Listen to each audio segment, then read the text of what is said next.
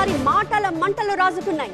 రండి రండి రండి అంటూ మీటింగ్కి రండి మాట్లాడుకుందాం అంటూ ఆహ్వానం పంపించింది కాంగ్రెస్ పార్టీ.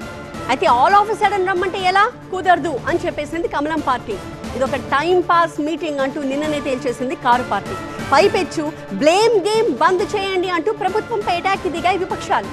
సాకులొద్దు, కావాలంటే మరోసారి సమావేశం పెడతాము, అప్పుడైనా వచ్చి మీ చిత్తశుద్ధిని నిరూపించుకోండి అంటూ తాజాగా మళ్ళీ కాంగ్రెస్ సర్కార్ అంటోంది. కేంద్రంపై పోరాట కార్యాచరణ రూపొందించేందుకు తెలంగాణకి రావాల్సిన నిధులు, ప్రాజెక్టుల అనుమతుల కోసం అఖిలపక్ష సమావేశానికి పిలుపునిచ్చింది కాంగ్రెస్ ప్రభుత్వం. ఈ సమావేశానికి ఎంఐఎం, కాంగ్రెస్ ఎంపీలు మాత్రమే హాజరయ్యారు. కేంద్రం దగ్గర పెండింగ్ లో ఉన్న అంశాలపై చర్చించారు. రాష్ట్ర ప్రయోజనాల కోసం అన్ని పార్టీల ఎంపీలు సహకరించాలని కోరారు డిప్యూటీ సీఎం మల్లు భట్టి విక్రమార్క. రాజకీయాలకు అతీతంగా ఈ రాష్ట్రంలో పార్లమెంట్ లో ప్రాతినిధ్యం చేస్తున్న గౌరవ పార్లమెంట్. సార్, ఇదిగోండి నా రెసిగ్నేషన్.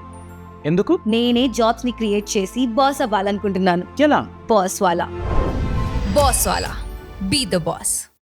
సభ్యులందరూ కూడా రాష్ట్ర ప్రయోజనాల దృష్ట్యా అందరూ ఏకం కావాల్సిన అవసరం ఉంది. ఈ రాష్ట్ర ప్రయోజనాల కోసం కేంద్ర ప్రభుత్వాన్ని కలవాల్సిన అవసరం ఉంది. పార్లమెంట్లో లేవనెత్తాల్సిన అంశం కూడా.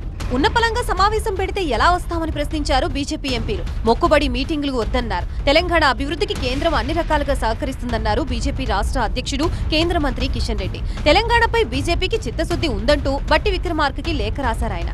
వాళ్ళు చెప్పాల్సిన అవసరం లేదు. రాష్ట్ర ప్రయోజనాలు మాకు అలాగంటే ఎక్కువ మాకు రాష్ట్ర ప్రయోజనాలు అలాగుంటే ముఖ్యమంత్రి గారు ఢిల్లీలో ఏమంటాడో ఒకసారి వీడియో చూడు. రాష్ట్ర ప్రయోజనాలు ఉండేటప్పుడు వాళ్ళు ఏ రకంగా ఢిల్లీలో నేను హామీలు ఇచ్చారు. ఈ హామీలు కూడా నాకు తెలియదు, ఇప్పుడు చేయలేని నేను చేతులు ఎత్తేస్తాను. ఎవరి ప్రయోజనాలు ఎవరుకున్నాయి? వాళ్ళ గురించి, రాష్ట్ర ప్రయోజనాల గురించి కాంగ్రెస్ పార్టీ నుంచి నేర్చుకోవాల్సినటువంటి అవసరం మాట్లేదు.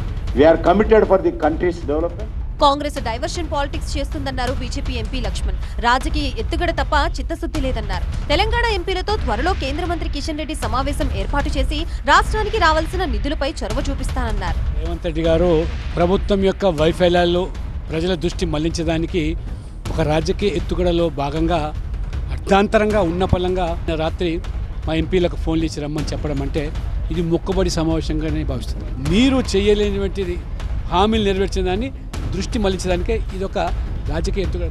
ఒక్కరోజు ముందే సమాచారం ఇచ్చి బీజేపీని బ్లేమ్ చేయాలని చూశారన్నారు ఎంపీ ధర్మపురి అరవింద్.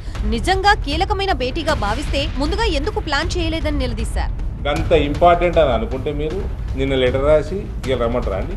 ప్రోగ్రామ్ ఉండే వాళ్ళకి ఇవాళ ఉమెన్స్ డే, మళ్ళీ అందరికి అఫీషియల్ ప్రోగ్రామ్ ఉంది. కేంద్ర మంత్రులకు ఎట్లా రాసింది చెప్పాలి letter? G Kishan Reddy, member of parliament, Secunderabad. ఆయన కేంద్ర మంత్రి అని కూడా తెలియదా లేకపోతే ఏందన్నట్టు?